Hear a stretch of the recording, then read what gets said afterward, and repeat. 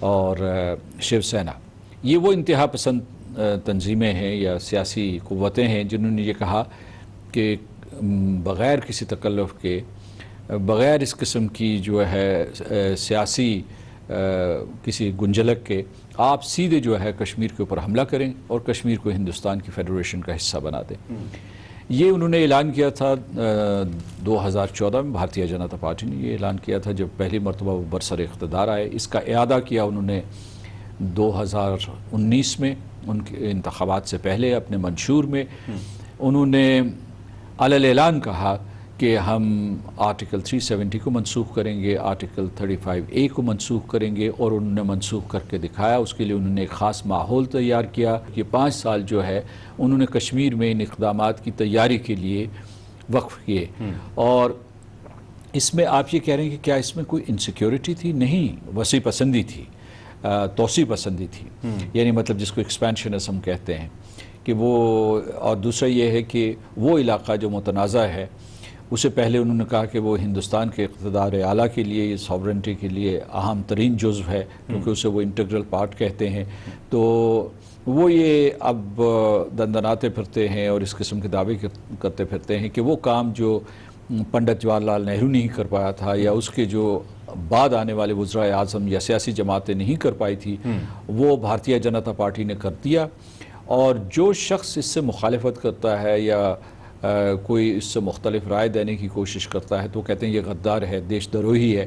مثلا فرض کیجئے کہ وہاں کانگریس یا جو دوسری جو علاقائی جماعتیں ہیں یا جو نان گورنمنٹل آرگنائزیشنز ہیں یا سول سوسائٹی، اس نے اعتراض کیا کہ بھئی کشمیریوں کو اس طریقے سے منسلک نہیں کرنا چاہیے تھا زبردستی، کیونکہ آپ نے ان کو بغیر لوگوں سے پوچھے ملحق کیا۔ پہلے ان کی جو نام نہاد اسمبلی تھی اسے تحلیل کیا، اس کے بعد جو ہے گزشتہ برس جو ہے آپ کو پتہ ہے کہ کس طریقے سے انہوں نے 9 لاکھ فوجی متعین کیے، حملہ کیا اور کشمیر کو محصور کر دیا اور ساری دنیا سے کاٹ کے رکھ دیا، اور اس کے بعد لوگوں کو اپنے گھروں میں نظر بند کر دیا۔ وہ سلسلہ 1 سال تک جاری رہا۔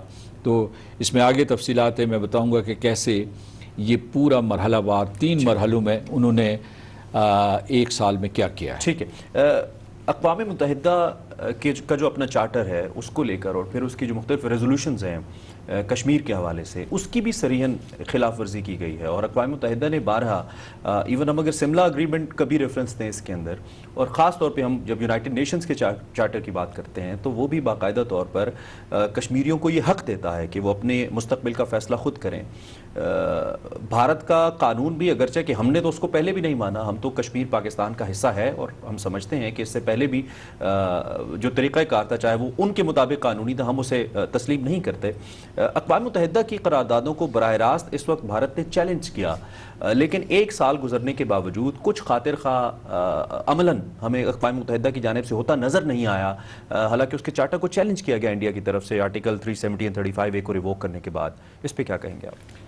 جی، باقاعدہ جو اقوام متحدہ کا چارٹر ہے اس کی خلاف ورزی ہوئی ہے، اس کی تمام شقوں کی ایک شق جو ہے وہ حق خود ارادیت کی شق ہے، اس کی خلاف ورزی ہوئی ہے، اور پھر اس کے بعد جو ہے جو متنازع علاقہ ہے اس کے لیے الگ سے قوانین موجود ہیں، جو جس جگہ پہ کوئی تصادم ہو رہا ہو، کانفلکٹ زون ہو، اس کے لیے جو ہے کنونشنز موجود ہیں، 4 جنیوا کنونشن موجود ہیں، وار لاز موجود ہیں، ان سب کی دھجیاں بکھیر دی گئی ہیں۔ اور اس کے بعد یہ ہے کہ یہ قوانین ہیں اس میں متحارب اور غیر متحارب کے درمیان تفریق ہوتی ہے کہ کون کامبیٹنٹس ہیں اور کون نان کامبیٹنٹس ہیں۔ تو اور پھر آپ نے سلامتی کونسل کی قراردادوں کا ذکر کیا جنہوں نے یہ فیصلہ کیا تھا، جن قراردادوں میں یہ فیصلہ کیا گیا تھا کہ جموں کشمیر کے لوگ، پوری ریاست کے لوگ یہ فیصلہ کریں گے کہ ان کا سیاسی مستقبل کیا ہونا چاہیے۔ تو ہندوستان نے ان تمام قوانین کی خلاف ورزی کی، اور اس کے بعد جو ہے ہمارے کچھ 2 طرفہ معاہدے تھے ان کی خلاف ورزی کی ہے۔ تو اس میں کوئی شک نہیں ہے، لیکن آپ کا جو بنیادی نقطہ تھا کہ اقوام متحدہ کی طرف سے کوئی خاص رد عمل سامنے نہیں آیا، اس میں یہ کہوں گا کہ 2-3 چیزیں ضرور ہوئی ہیں۔ مثال کے طور پر یہ 5 اگست 2019 سے پہلے اقوام متحدہ کی ہیومن رائٹس کونسل نے ایک دوسری رپورٹ شائع کی تھی، اور اس رپورٹ میں یہ کہا گیا تھا کہ حق خود ارادیت جو ہے وہ کشمیریوں کا مسلمہ ہے اور ہندوستان کو اس کا احترام کرنا چاہیے. اور جو بڑے پیمانے کے اوپر حقوق انسانی کی خلاف ورزیاں ہو رہی تھی اس کی مذمت کی ان دونوں رپورٹوں نے. تو اقوام متحدہ جو ہے بڑے عرصے کے بعد متحرک ہوا, تو یہ ایک مثبت پہلو ہے. ٹھیک ہے. 5 اگست کے بعد اینٹونیو گوٹیرس جو ہیں, جو secretary general of the United nations ہیں, انہوں نے بیانات دیے ہیں. اور پھر مشیل بیکلے جو اس کی high commissioner for human rights ہیں, انہوں نے بیانات دیے ہیں. 50 سال کے وقفے کے بعد ہماری جو ریاست ہے وہ اس سلسلے میں کامیاب ہوئی تھی کہ وہ مسئلہ کشمیر ایک مرتبہ پھر جو ہے سلامتی کونسل میں زیر بحث آیا, اور اس کی کوئی 2-3 میٹنگز ہوئی. وہ اگرچہ پس پردہ ہوئی, غیر رسمی ملاقاتیں ہوئی, اس میں کوئی صدارتی بیان جو ہے وہ جاری نہیں ہو سکا. لیکن یہ کامیابی ضرور تھی کہ آپ اتنے عرصے کے بعد جو ہے آپ نے دوبارہ سے اسے اقوام متحدہ کے ایجنڈے کے اوپر زیر بحث لایا. صحیح. تو یہ تو اس حد تک تو کامیابی ہے. لیکن میں آپ کو جو ہے, میں ابھی تھوڑی دیر پہلے کہہ رہا تھا, تو میں آپ کو بتا دوں کہ اس گزشتہ برس کیا چیزیں ہوئی ہیں. 3 چیزیں ہوئی ہیں. ایک, اگست 5 کو انہوں نے جو 2 آرٹیکلز منسوخ کیے. پھر جو ہے اکتوبر 31 اور نومبر 1 کو انہوں نے جعلی نقشے جاری کیے, اور اس میں مقبوضہ علاقے کو ہندوستانی یونین کا حصہ بتایا, اور ساتھ ساتھ انہوں نے گلگت بلتستان اور آزاد کشمیر کو بھی ہندوستان کے نقشے میں شامل کر دیا, ان کے جو سیاسی اور جغرافیائی نقشے میں شامل کر دیا. تیسرا, انہوں نے یہ کیا کہ جو لوگوں سے پوچھے بغیر یہ جو مقبوضہ علاقہ تھا اس کو 2 حصوں میں تقسیم کر دیا, اور ان کو یونین ٹیریٹریز کہا. ان کو یونین ٹیریٹریز کہا, اور ان کے اوپر راج ہوگا براہ راست دلی سے. تو یہ پھر جو ہے اپریل 2 کو جو گزشتہ برس انہوں نے آرٹیکل 35A منسوخ کیا تھا, اور اس میں کشمیریوں کے 4 مسلمہ حقوق تھے. ایک ان کی مستقل سکونت یا شہریت, دوسرا جو تھا وہ ایکوزیشن آف پراپرٹی, تیسرا جو ہے ان کی تعلیم سے متعلق مراد تھیں, اور پھر جو ہے روزگار سے متعلق جو ہے کچھ جو روزگار یا ملازمتیں ان کے لیے مخصوص تھیں. ان سب کو انہوں نے کشمیریوں سے واپس لے لیا. اپریل 2 دس ایئر انہوں نے یہ کیا کہ نیو ڈومیسائل رولز کا نفاذ کیا, جس کے تحت انہوں نے یہ کیا ہے کہ فاسٹ ٹریک پہ ڈال کے سارے ہندوستان سے ہندوؤں کو لا کے یہاں مقبوضہ علاقے میں آباد کر رہے ہیں, تاکہ آبادی کے تناسب کو تبدیل کر دیا جائے. اور یہ کوئی چھوٹے پیمانے پہ نہیں ہو رہا. لوگ اس کا مقابلہ جو ہے وہ غزہ کی پٹی سے یا مغربی کنارے سے کرتے ہیں فلسطین میں, لیکن وہاں جو یہ اقدامات اسرائیل نے کیے تھے یہ عشروں پر محیط تھے. ہندوستان جو ہے یہ سارا کام جو ہے اور بہت بڑے سکیل کے اوپر تقریباً 2-3 سال میں مکمل کرنا چاہتا ہے. اور یہ جو کرونا وائرس کی وجہ سے اس وقت لاک ڈاؤن ہوا ہے اور سرگرمیاں محدود ہوئی ہیں پوری دنیا میں, میڈیا انفارمیشن بھی محدود ہوئی ہے, اس کی آڑ میں بھی آپ کو لگتا ہے کہ بھارت تیزی سے اس پہ کام کر رہا ہے؟ بالکل واضح ہے. انہوں نے کووڈ-19 کا فائدہ اٹھایا. ساری دنیا کی توجہ کووڈ-19 اس پینڈیمک کے اوپر, اس وبا کے اوپر جو ہے مرکوز تھی. تو انہوں نے یہ کیا کہ اس سے فائدہ اٹھاتے ہوئے اپنے اس پورے عمل کو تیز رفتاری سے عملی جامہ پہنایا. تو اس میں آپ دیکھیں گے کہ مثلا یہ کہ یہ ناظرین جو ہے, آپ کے ناظرین ان کو پتہ ہوگا کہ اس میں یہ فارمولہ یہ ہے, یہ ایک قسم کا سامراجی فارمولہ ہے, یہ ایک قسم کا فیشسٹ فارمولہ ہے. بالکل ویسے ہی ہو رہا ہے جیسے گزشتہ صدی میں ہٹلر کی نازی پارٹی نے کیا تھا, یا اس کے بعد جو مسولینی کی پارٹی تھی, یا جیسے ملوسیوچ نے جو ہے بالکنز میں کیا تھا. بالکل وہی پیٹرن ہے فیشزم کا. تو انہوں نے فیصلہ یہ کیا ہے کہ جو لوگ جو ہے مقبوضہ جموں کشمیر میں جو ہندو جو ہیں وہ آباد رہے ہیں, یعنی ملٹری سروس کے حوالے سے, سول سروس کے حوالے سے, وہ ان کے خاندان, ان کے سارے کنبے, بچے, وہ سارے کے سارے یہاں ڈومیسائل حاصل کریں گے.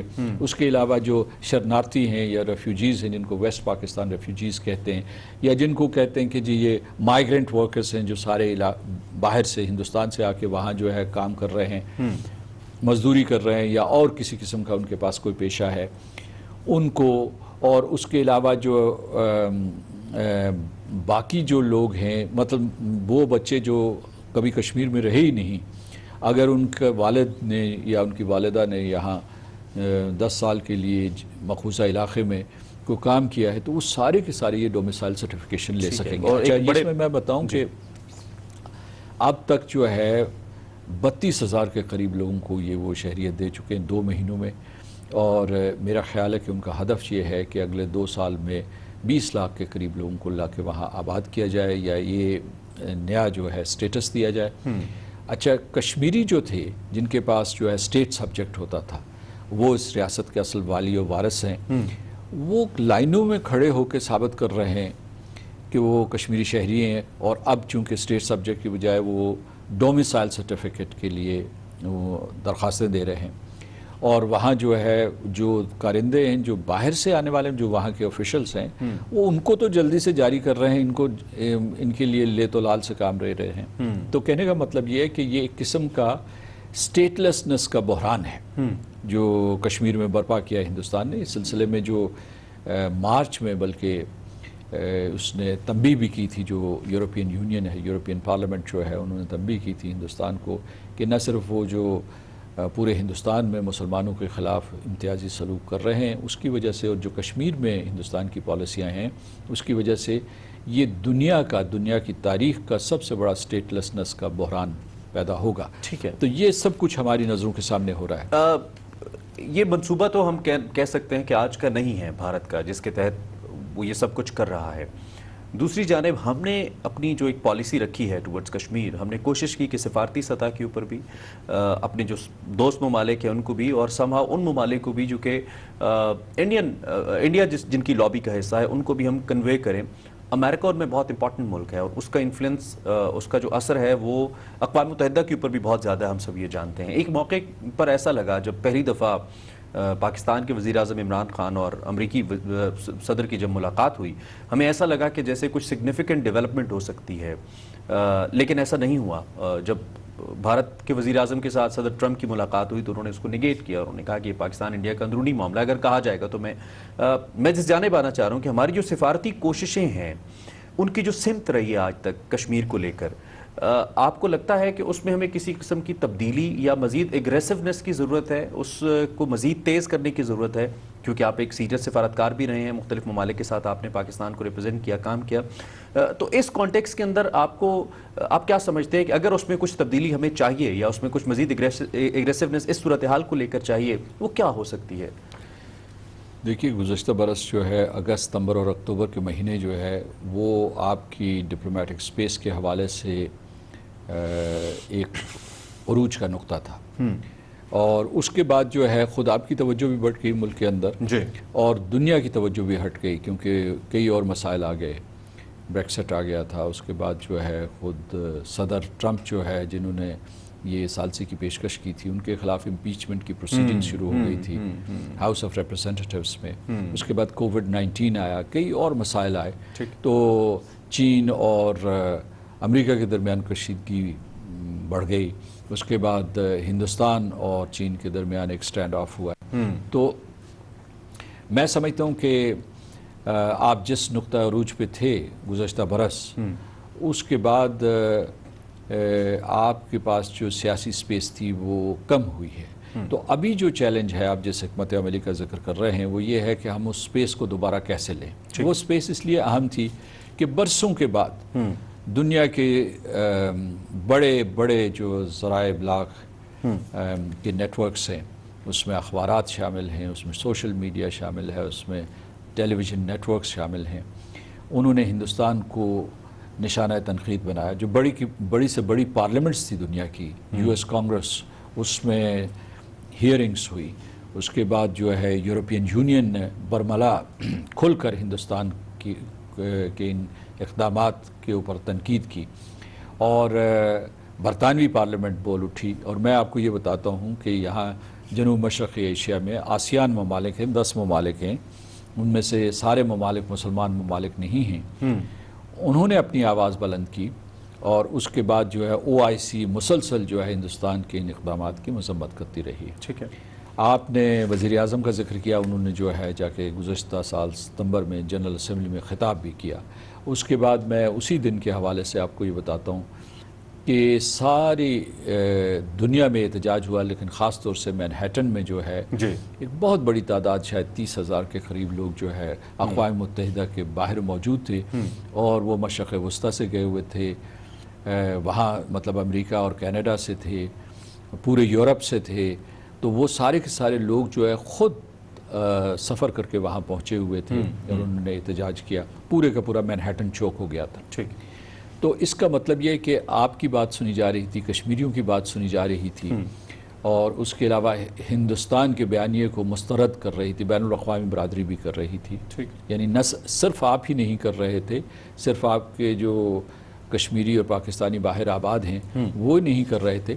اچھا، اب یہ چیلنج ہے کووڈ-19 کے بعد کہ وہ جو مومنٹم تھا اس کو کیسے بحال کیا جائے، اور وہ بہت ضروری ہے۔ میں اس میں ایک نقطہ جو ہے واضح کرنا چاہتا ہوں، وہ یہ ہے کہ جہاں گزشتہ برس ہمیں کامیابی ہوئی تھی انٹرنیشنل سول سوسائٹی اور یہ جو ذرائع ابلاغ کے حوالے سے، وہاں ایک ناکامی یہ تھی کہ جو بڑی طاقتیں ہیں، امریکہ کا آپ نے نام لیا، یا دوسری جو مستقل ارکان ہیں سلامتی کونسل کے، یہ سارے کے سارے خاموش تھے۔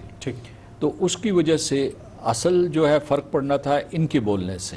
ہم نے بڑی مشکل سے جو ہے وہ سلامتی کونسل میں غیر رسمی اجلاس کروائے، تو وہ ان کی خاموشی ابھی برقرار ہے، ان کا جو ٹلٹ ٹورڈز انڈیا ہے وہ ابھی تک برقرار ہے، اور ان کی جو خاموشی ہے وہ اسٹریٹجک وجوہات کی وجہ سے ہے۔ اس پہ میں اس کا جواب ان ڈیٹیلز آپ سے لینا چاہوں گا کہ اس کی خاموشی کی بنیادی وجوہات کیا ہیں۔ ایک بریک ہم نے لینی ہے، جب بریک سے واپس آئیں گے تو ہم یہ جاننے کی کوشش کریں گے کہ اس خاموشی کی بنیادی وجوہات کیا ہیں، یا اس ٹلٹ کی بنیادی وجوہات کیا ہیں۔ اسٹریٹجک وجوہات کا ذکر کچھ پریزنس آپ نے کر دیا، اس کے ساتھ ساتھ کچھ اکنامک ریزنز بھی ہیں، وی آل نو دیٹ، اور اس کے ساتھ انٹرنیشنل پریشر بھی۔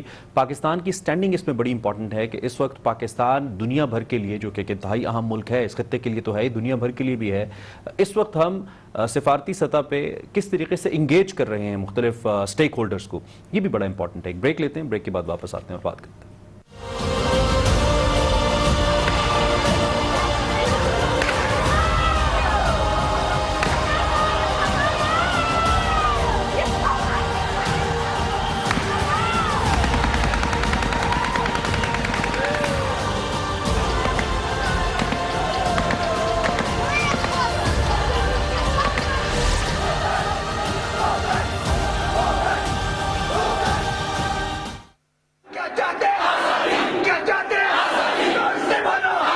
پاکستانی قوم اور اس کے منتخب نمائندے اپنے کشمیری بھائیوں اور بہنوں کے ساتھ متحد کھڑے ہیں، ہم سب اکٹھے ہیں، اور انشاءاللہ یہ آزادی کا دیا جو کشمیریوں کے دلوں میں جل رہا ہے وہ پاکستانیوں کے دلوں میں بھی جل رہا ہے، اور ایک دن آئے گا کہ کشمیری آزاد ہوں گے۔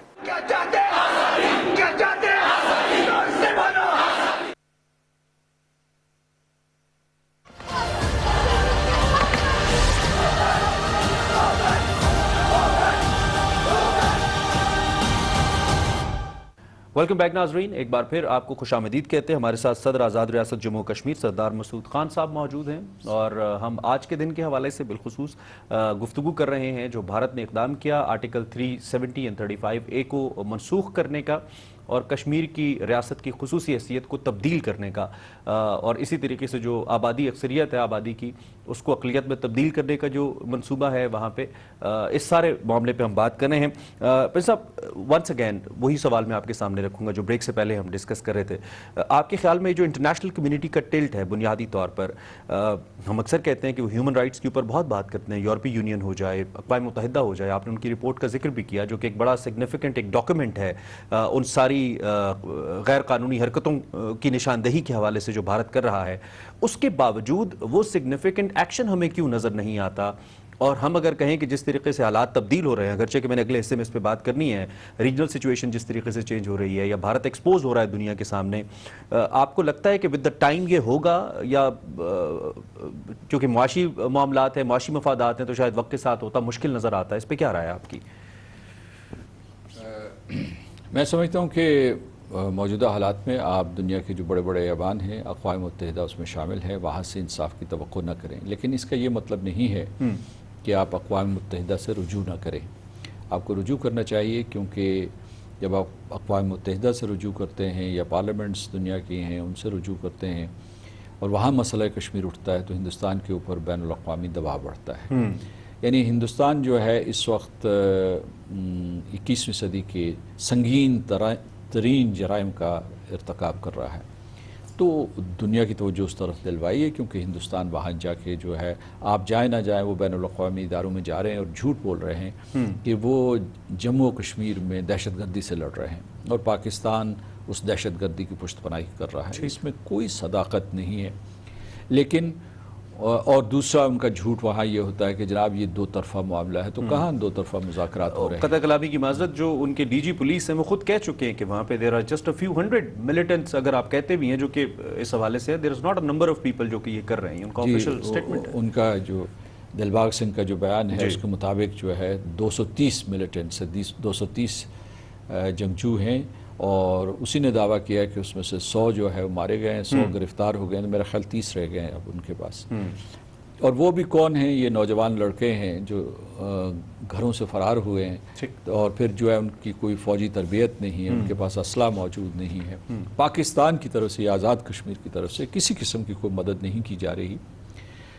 تو میں سمجھتا ہوں کہ یہ لوگ جو وہاں جانے دے رہے ہیں، جو محاصرے اور تلاشی کے آپریشنز میں ہر روز جانے دیتے ہیں ہندوستان کی سفاکانہ پالیسی کی وجہ سے، یہ شہداء جو ہیں یہ دہشت گرد نہیں ہیں، فریڈم فائٹرز ہیں. اور یہ اگر پوچھنا ہے تو آپ کسی مبصر سے یا کسی تجزیہ نگار سے مت پوچھئے، کشمیریوں سے پوچھئے. اور یہ کشمیریوں کے دلوں کے اوپر رقم ہے کہ یہ سب لوگ جو جانے دے رہے ہیں یہ آزادی کے لیے دے رہے ہیں اور یہ فریڈم فائٹرز ہیں.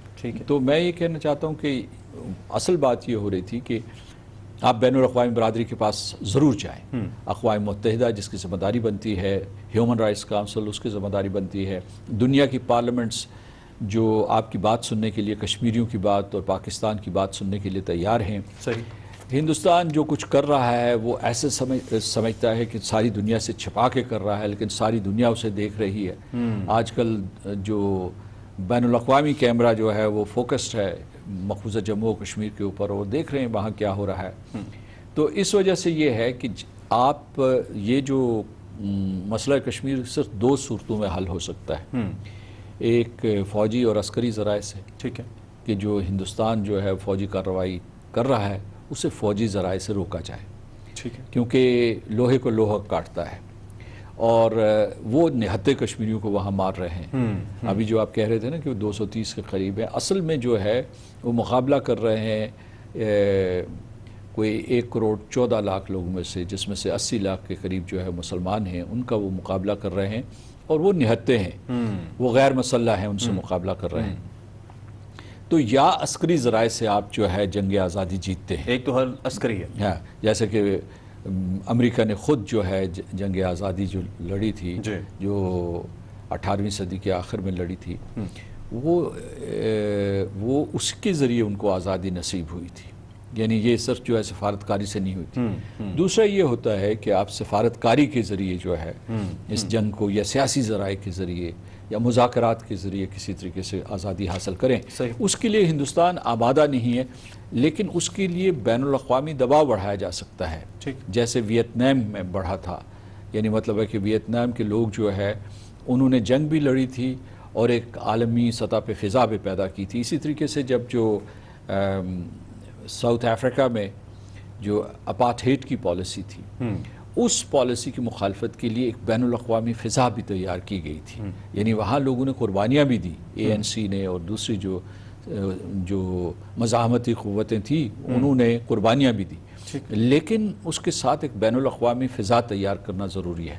اچھا، گزشتہ برس جو ہندوستان نے غیر قانونی اقدامات کیے، آپ کا مقدمہ بین الاقوامی برادری کے پاس واپس چلا گیا ہے. تو آپ کوئی ایسی غلطی نہ کریں کہ دوبارہ جو ہے کسی دو طرفہ گورکھ دھندے میں پھنس جائے. ایک اس میں بڑا اہم نکتہ ہے، وہ کچھ دن پہلے ہی ہم نے یوم علاقے پاکستان منایا کشمیر کا.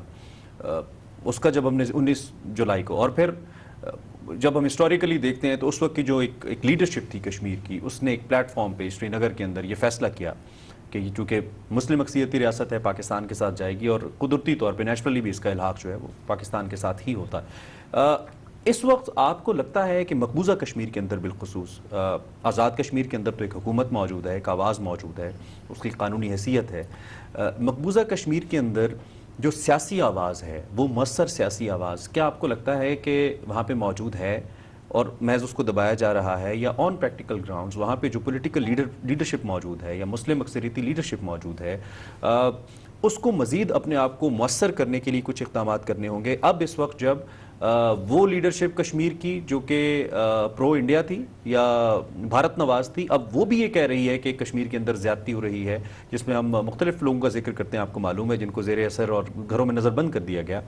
تو آپ کو لگتا ہے کہ دس از دا رائٹ ٹائم ٹو اس کو بہتر کرنے کے لیے, یا پھر پہلے سے آواز موجود ہے, اس پہ کیا کہیں گے آپ؟ میں یہ کہوں گا کہ کشمیریوں سے اور کوئی مطالبہ نہ کریں, ان کو خراج تحسین پیش کریں, ان کو سلام کریں, کیونکہ نہتے کشمیری وہاں لڑ رہے ہیں مسلح فوج کے ساتھ, دنیا کی ایک بہت بڑی مسلح فوج کے ساتھ, 9 لاکھ فوجیوں کے ساتھ لڑ رہے ہیں, اور ان کے پہرے میں بھی وہ پاکستان زندہ باد کے نعرے لگا رہے ہیں. تو اصل قضیہ یا اصل جو مسئلہ ہے وہ یہ نہیں ہے کہ جی کشمیریوں نے ہندوستان کے ساتھ رہنا ہے یا نہیں رہنا ہے, یہ وہ مسترد کر چکے ہیں. ٹھیک, اگر آپ دیکھیں 1947 میں مسترد کر چکے تھے, وہ کہتے ہیں کہ ہم ہندوستان کے ساتھ نہیں رہنا چاہتے, وہ پاکستان کے ساتھ رہنا چاہتے ہیں, جدھر ان کے دریا بہتے ہیں, جن کے ساتھ ان کے دل جڑے ہوئے ہیں, اور جہاں وہ جو ہے ان کی رشتہ داریاں ہیں. ابھی یہاں جو ہے منقسم خاندان ہیں لائن آف کنٹرول کے اس پار اور اس پار, اور پاکستان میں اور ادھر جو ہے کشمیر میں.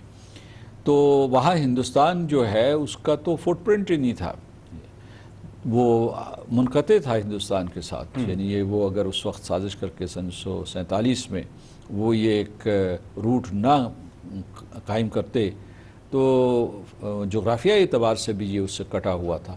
تو مطلب یہ ہے کہ میں یہ کہنا چاہتا ہوں کہ اس وقت بھی اور آج بھی, اور آج آپ اور میں گفتگو کر رہے ہیں یہاں مسئلہ کشمیر کے سلسلے میں, آج مقبوضہ کشمیر میں ایک نوجوان آپ ہی کی عمر کا یا آپ سے چھوٹا جو ہے وہ خون دے رہا ہے, وہ آج شام شہید ہو جائے گا, اور وہ اس کی ہم رپورٹ دیکھیں گے, اور اس کی جو ڈیڈ باڈی ہے وہ چھپا لیں گے جو ہندوستانی سیکیورٹی فورسز ہیں.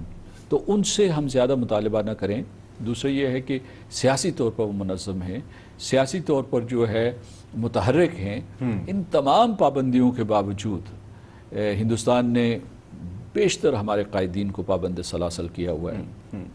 یاسین ملک تہاڑ جیل میں ہے, آسیہ اندرابی تہاڑ جیل میں ہے, اس کے علاوہ شبیر شاہ تہاڑ جیل میں ہیں, سید علی گیلانی صاحب محدود ہیں, نظر بند ہیں, اور اس کے بعد اشرف صحرائی کو انہوں نے گرفتار کر لیا ہے, ان کے بیٹے کو شہید کر دیا ہے. اس کے بعد ان کے اوپر مختلف قسم کے ہتھ کنڈے ان کے خلاف استعمال کیے جا رہے ہیں, لیکن تحریک زندہ ہے. اور پھر یہ ہے کہ میں آپ کو بتا رہا ہوں کہ جب گزشتہ برس ہندوستان نے یہ اقدامات کیے تھے تو اس کے بعد انہوں نے فوری طور پر 13,000 نوجوان اور بچے جو ہے وہ گرفتار کر لیے تھے, اور ان کو کانسنٹریشن کیمپس میں ڈال دیا تھا. ابھی تک پتہ نہیں کہ ان کا کیا ہوا. یہ اس لیے کہ ان کو نوجوانوں سے خوف ہے کہ یہ آزادی کا نعرہ بلند کرتے ہیں. تو ان کانسنٹریشن کیمپس کو انہوں نے ڈی ریڈیکلائزیشن کیمپس کہا. یعنی مطلب یہ کہ ان کا ذہن بدلنا چاہتے ہیں, ان کا نظریہ بدلنا چاہتے ہیں. تو میں یہ کہنا چاہتا ہوں کہ جو کشمیری اپنی آخری حد پہ کھڑے ہیں اور وہ استقامت کے ساتھ کھڑے ہیں, تو اس لیے ہم ان کو باہر سے یہ مشورہ نہیں دے سکتے کہ جناب آپ اپنی حکمت عملی میں کیا تبدیلی. میرا جو نقطہ ہے وہ اس پہ یہ ہے کہ بھارت نواز قیادت شاید پہلی دفعہ اس طریقے سے اتنے واضح انداز میں اس نے نہ صرف جو بھارتی اقدامات ہیں ان کی مخالفت ان کو ریجیکٹ کیا ہے, بلکہ ان کی مخالفت کی ہے اور بین الاقوامی سطح پہ کی ہے. اور جس فورم تک وہ پہنچ سکتے تھے, اگرچہ کہ وہاں پہ انٹرنیٹ نہیں ہے, ایکسیس نہیں ہے میڈیا کا, لیکن جو بھارت نواز قیادت رہی ہے وہاں پہ انہوں نے بھی, ان کی سٹیٹمنٹس اب یہ کہہ رہی ہیں کہ یہ جو کچھ ہو رہا ہے یا ہوا ہے یہ غلط ہوا ہے. کیا یہ معاملہ کشمیر کو اور کشمیر کی جو تحریک ہے جس کا ایک سیاسی رنگ بھی ہے, بالکل وہ سیاسی طور پہ بھی اپنی جو جد و جہد ہے وہ جاری رکھے ہوئے ہیں, اس کو تقویت دے گا یہ معاملہ جب بھارت یہ پابندیاں ختم کرتا ہے یا نرم کرتا ہے؟ ایک اوور آل امپیکٹ آپ اس کا دیکھتے ہیں؟ دو کہ جو اصل مینڈیٹ ہے یا جو اصل لیڈرشپ ہے وہ آل پارٹیز کے پاس ہے، اور سب رہنماؤں کا ذکر بھی آپ نے کیا، لیکن اس کے باوجود بہرحال ایک آواز تو تھی ان لوگوں کی جو کہ بھارت نواز تھے، جو کٹ پتلی کے طور پہ استعمال ہوتے رہے، اب وہ بھی بی جے پی کی حکمت عملی کے خلاف ہے اور ان ریشہ دوانیوں کے خلاف ہیں۔ آپ کو لگتا ہے کہ تقویت ملے گی مزید اس موقف کو، یا آپ سمجھتے ہیں کہ وہ آوازیں مؤثر نہیں ہیں کسی بھی حوالے سے؟ وہ آوازیں اس لیے مؤثر نہیں ہیں کہ وہ کشمیریوں کے مجرم ہیں، وہ کشمیری قوم کے مجرم ہیں، ان کی سہولت کاری کی وجہ سے، ان کی ہندوستان کے ساتھ سودے بازی کی وجہ سے کشمیر میں قتل عام ہوتا رہا ہے، نسل کشی ہوتی رہی ہے، اور آج جو ہے جینوسائیڈ ہو رہا ہے کشمیر میں، اور وہ جو ہے نیک اور پوتر بن کر اپنے آپ کو پیش کرنا چاہتے ہیں، لیکن ان کو ہندوستان نے ہی جھٹک دیا ہے، یعنی ان کو ہندوستان نے ہی جو ہے بے اثر کر دیا ان کی آواز کو۔ ہندوستان جو ہے ماضی کی طرح اب نئی قیادت کی تلاش ہے، ایک نئی جعلی کرنسی کی تلاش میں ہے، اور وہ نئی پارٹیاں بنا رہے ہیں، نئے کاؤنسلرز تلاش کر رہے ہیں کہ کسی طریقے سے جو ان کے یہ جو نیا دور ہے سامراجیت کا یا نوآبادیت پالیسیوں کا، اس کے اوپر پردہ ڈالنے کے لیے وہ کشمیریوں کو شامل کار کر سکیں۔ تو اس میں جو ہے نئے غدار، نئے میر جعفر، نئے میر صادق کی تلاش ہے۔ تو ان لوگوں نے یہ ہمیشہ ایک اقلیت میں ہوتے ہیں، صحیح، اور محلاتی سازشوں میں ماہر ہوتے ہیں، یہ پھر ہندوستانیوں کے ساتھ ملیں گے۔ اور جو جینوسائیڈ واچ جو ہے اس نے جو آخری سٹیج بتائی ہے کشمیر کے سلسلے میں، وہ ہے ڈینائل کی۔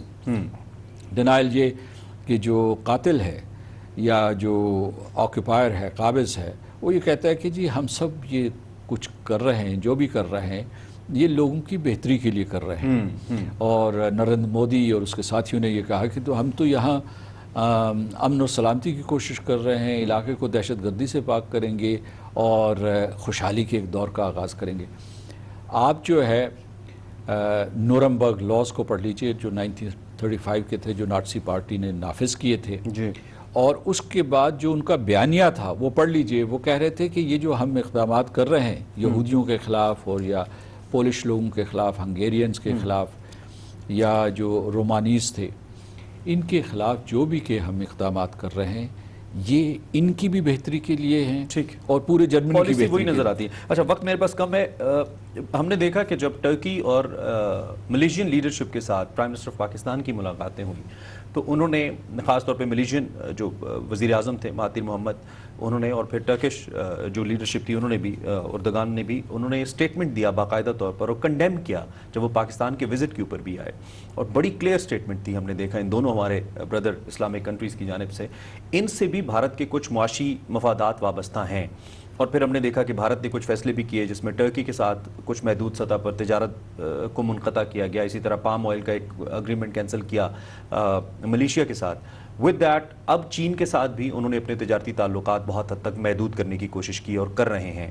دوسری جانب جو ایک وہ اپنے لیے آلٹرنیٹیو رستہ تلاش کر رہے تھے چابہار کی جانب سے، وہاں پہ چائنا نے اپنا انفلوئنس استعمال کیا ہے، اپنی اکنامک پاور استعمال کی ہے، اور وہاں سے بھی بھارت کو سبکی ہوئی ہے، اس پلان سے بھی Bharat seems completely out of it. دوسری جانب کووڈ کی وجہ سے آپ کو معلوم ہے کہ دنیا کے سب سے بڑے متاثر ہونے والے ممالک میں ٹاپ 5 کے اندر انڈیا اس وقت موجود ہے۔ تو اس ساری صورتحال کے اندر آپ کو نہیں لگتا کہ انڈیا معاشی طور پر، اور خاص طور پہ میں انڈیا کے بجائے نریندر مودی کا لفظ استعمال کروں، کہ وہ انڈیا کو معاشی طور پر اس حد تک محدود کرنے جا رہے ہیں کہ آنے والے وقت میں ان کا یہ جو ایک ملٹری پلان ہے، یہ جو گرینڈ پلان ہے، نہ صرف یہ ناکام ہوگا بلکہ انڈیا کی اٹ سیلف معیشت اس قابل نہیں رہے گی کہ وہ 1.25 ارب لوگوں کا بوجھ برداشت کرے۔ ود دیٹ جو کہتے تھے کہ ہم 2 جنگیں ایک وقت پہ لڑ سکتے ہیں چین اور پاکستان کے ساتھ، تو اس پلان کو فلاپ ہوتا یہ پلان نظر آتا ہے نریندر مودی کی پالیسیز کی وجہ سے۔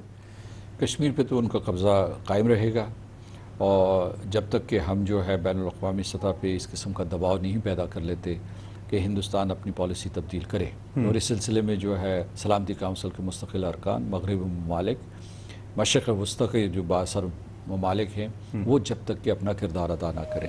جہاں تک بھارت کے ماڈل کا آپ نے ذکر کیا ہے، بھارت کا اس وقت جو ہے ان کی قیادت کا ناقص ماڈل ہے، کیونکہ ایک انتہا پسندی ہے، دوسرے اس میں تشدد شامل ہے کہ جناب آپ لوگوں کو قتل کریں، اپنے شہریوں کو بھی قتل کریں، مسلمانوں کو قتل کریں، اقلیتوں کو قتل کریں، اور پھر کشمیر کے اوپر جو ہے ظلم ڈھائیں، اور اس سے انکار کریں کہ جناب ایسا کچھ نہیں ہو رہا. لیکن یہ میں آپ کو بتاؤں کہ اس وقت ہندوستان نے بیک وقت کئی جنگیں چھیڑ دی ہیں. ان کے جو آرمی چیف ہیں، جو نئے آرمی چیف ہیں، انہوں نے یہ کہا تھا کہ ہم بیک وقت 2 سرحدوں کے اوپر جنگ نہیں لڑ سکتے، 2 فرنٹ کے اوپر ہم نہیں لڑ سکتے. تو اسی لیے انہوں نے کہا تھا کہ اس سلسلے میں ہندوستان کو سفارتکاری کا سہارا لینا پڑے گا. اور جب ایک ہی فرنٹ کے اوپر جنگ ہوئی یعنی چین کے ساتھ، تو انہوں نے سفارتکاری کا سہارا لیا، مذاکرات کا سہارا لیا، اس طریقے سے وہ بچ پائے. تو لیکن جو انہوں نے اور 3 جنگیں شروع کی ہوئی ہیں ان کے اثرات ضرور سامنے آئیں گے. ایک جنگ جو ہے انہوں نے پورے ہمسایہ ممالک کے خلاف شروع کی ہوئی، ٹھیک، وہ نیپال ہو، سری لنکا ہو، بنگلہ دیش ہو یا ایون بھوٹان ہو، ان سب کے خلاف جو ہے. پاکستان جو ہے ان کا بہت بڑا نشانہ ہے. افغانستان میں بھی وہ سبوتاژ کر رہے ہیں اور اس قسم کی تباہ کاریاں کر رہے ہیں. دوسری جنگ جو ہے انہوں نے اقلیتوں کے خلاف چھیڑ دی ہے، اور اس میں جو نچلے درجے کے جو ہندو ہیں، جو دلت ہیں، ان کے خلاف بھی انہوں نے جنگ چھیڑی ہوئی ہے. یہ جو براہمن ہیں، جو مذہبی سرپرستی پہ یقین رکھتے ہیں اور اس سے ایک خاص قسم کی جو ہے کاسٹ سسٹم کے اوپر یقین رکھتے ہیں، وہ 25 کروڑ جو دلت ہیں ان کو بھی نشانہ بنا رہے ہیں. تو ہندوستان جو ہے اس وقت جو ہے ایک ٹربولنس کی کیفیت. سب سے خطرناک جنگ آپ کے خیال میں اس میں کون سی ہے؟ اس میں کشمیر کے خلاف جو جنگ ہے، یعنی پورے کے پورے خلاف، تو یہ تیسری جنگ ہے جو انہوں نے مسلط کی ہے. اس کے اثرات نمایاں ہوں گے. میں نے کچھ عرصہ پہلے کہا تھا اس میں بھارت کے جو تجزیہ نگار ہیں اور ان کے جو ٹویٹر پہ لوگ ایکٹیو ہیں بہت تلملا اٹھے اور انہوں نے مجھے نشانہ تنقید بنایا. میں نے کہا کہ بھارت کی جو ریاست ہے وہ ایک مصنوعی ریاست ہے، اور وہ انہوں نے جوڑی تھی سیکولرزم کے گلو سے، کیونکہ جو شمال کا جنوب سے اور مشرق کا مغرب سے کوئی تعلق نہیں ہے، نہ اقدار میں، نہ مذہب میں، نہ نسلی اعتبار سے. کوئی ان کی چیز جو ہے اس میں کوئی اس قسم کی وحدت موجود نہیں ہے، قدرتی وحدت موجود نہیں ہے. تو سیکولرزم اب انہوں نے ہٹا دیا، اور جو ہندوتوا کا مکروہ ترین چہرہ سامنے آیا ہے، جس کے ماننے والے لوگوں کو قتل کرتے ہیں، موب لنچنگ کرتے ہیں، اور اس کے بعد جو ہے انہیں مجبور کر رہے ہیں کہ وہ دوبارہ سے ہندو بنے، لوگوں کو کہہ رہے ہیں کہ ہندو بنے، جو فورس کنورشن ہے. تو اس فضا میں جو آپ نے سوال اٹھایا، میں یہ کہوں گا کہ ہندوستان جو ہے وہ منتشر ہو سکتا ہے، اور یعنی یہ کہ وہ اپنے آپ کو نہ بچا پائے، کیونکہ اس بنیاد پہ، جس بنیاد پہ ہندوتوا کی بنیاد کے اوپر ایک ریاست قائم نہیں رہ سکتی. ٹھیک ہے. بہت مواقعوں کے اوپر ایسا ہم نے دیکھا، جو بھارتی وزیر اعظم ہے یا ان کی قیادت ہے، ان کا میڈیا ہے، وہ نہ صرف مقبوضہ کشمیر کے حوالے سے اپنے اختیارات کی بات کرتا ہے، بلکہ گلگت بلتستان اور بلوچستان کے حوالے سے بھی اپنے اختیارات کی بات کرتے ہیں. اور ان کے کئی جو ٹویٹر کا آپ نے ذکر کیا، تو ایکٹیو جو ایکس آرمی آفیسرز ہیں وہ باقاعدہ طور پہ یہ کہتے نظر آتے ہیں. ایک تو ان کے آرمی آفیسر جو بڑے ایکٹیو ہیں ٹویٹر کے اوپر، انہوں نے ٹی وی سٹیٹمنٹ کے اندر آن ریکارڈ یہ کہا کہ ہم جو انتہا پسند تنظیمیں بلوچستان میں ہیں، ہم ان سے رابطے میں ہیں اور ہم پاکستان کو اس صورت میں سرپرائز دیں گے. پھر کلبھوشن اس کا ایک بہت بڑا پروف ہے پاکستان کے پاس. پھر جس طریقے کی جارحیت پاکستان پہ مسلط کرنے کی کوشش کی گئی ایک ایئر سٹرائک کے ذریعے، ابھی نندن اس کا بہت بڑا پروف ہے ہمارے پاس. لیکن ہم نے کبھی اپنے سفارتی چینلز کو استعمال کرتے ہوئے، بظاہر ایسا لگتا ہے، اور میڈیا کو استعمال کرتے ہوئے، جو انٹرنل انڈین سچویشن ہے، جس میں کیونکہ انٹرنلی بھی وہاں پہ جو مسلمان ہیں، اگرچہ پرائم منسٹر عمران خان نے اپنی کچھ ٹویٹس میں ان کا ذکر کیا، وہ کس حد تک مشکل کا شکار ہیں، اور انڈیا ان سائڈ انڈیا کس طریقے سے جو وہاں پہ بنیادی انسانی حقوق ہے ان کی خلاف ورزی کر رہا ہے، ہم نے اس پہ کچھ مؤثر دنیا کی توجہ دلانے کی کوشش نہیں کی. Though this is their internal issue, but since they get to interfere in our internal issues, تو ڈونٹ یو تھنک کہ ہمیں کہیں نہ کہیں اس وائس کو بھی، اس پوائنٹ کو بھی ریز کرنا چاہیے، اور اس چیز کے اوپر بھی ڈپلومیٹکلی دنیا کو اویئر کرنا چاہیے کہ وہاں پہ کیا ہو رہا ہے؟ دیکھیے، ایک تو وہ صرف گلگت بلتستان یا بلوچستان کا ذکر نہیں کرتے، یا آزاد کشمیر کے بارے میں انہوں نے دھمکی دی تھی کہ وہ اسے فوجی طور پر واپس لیں گے، یا انہوں نے پھر جو ہے اقصی چین بھی اس میں شامل کیا ہے. لیکن میں آپ کو بتا رہا ہوں کہ اس کے ساتھ ساتھ انہوں نے نیوکلیئر دھمکیاں بھی دی ہیں. نریندر مودی نے دی ہیں اور ان کے راجناتھ سنگھ نے دی ہیں. تو یہ انتہائی غیر ذمہ دارانہ رویہ ہے. جو بلوچستان کا وہ ذکر کرتے ہیں تو وہ اعتراف کرتے ہیں کہ وہاں وہ پراکسی وار کر رہے ہیں، اور یہ بھی ایک جرم ہے. یعنی ایک ملک کے اندرونی معاملات میں اس طریقے سے مداخلت کرنا. صحیح.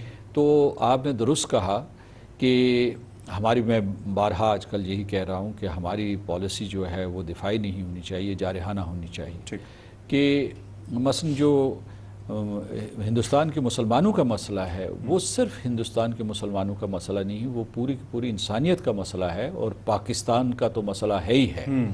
کیونکہ ہمارے درمیان ایک معاہدہ بھی ہندوستان اور پاکستان کے درمیان موجود ہے کہ اگر وہاں مسلمان اقلیت کو کوئی نقصان پہنچایا جاتا ہے یا ان کے خلاف تعصب کو فروغ دیا جا رہا ہے تو ہم سوال پوچھ سکتے ہیں. تو اسی طریقے سے یہ ہے کہ وہ ساری دنیا میں ہمیں بدنام کرتے پھر رہے ہیں کہ جناب پاکستانی دہشت گرد ہیں، یا پاکستان میں دہشت گرد تنظیمیں جو ہے بہت جو ہے متحرک ہیں اور ان کو ایک قسم کا تحفظ حاصل ہے. لیکن دنیا کی جو سب سے بڑی دہشت گرد تنظیم ہے وہ راشٹریہ سوائم سیوک سنگھ ہے.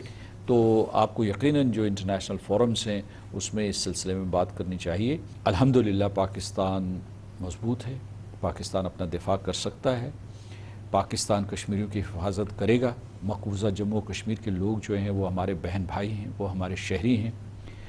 ہم آخری سانس تک ان کے لیے جد و جہد جاری رکھیں گے. انہیں یہ احساس نہیں ہونا چاہیے کہ وہ تنہا ہیں.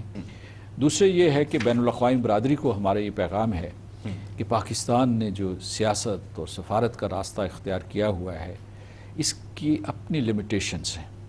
یعنی یہ اگر اس سے نتائج برآمد نہیں ہوتے تو یہاں پاکستان اور آزاد کشمیر کے سارے نوجوان جنگ کے لیے تیار ہیں.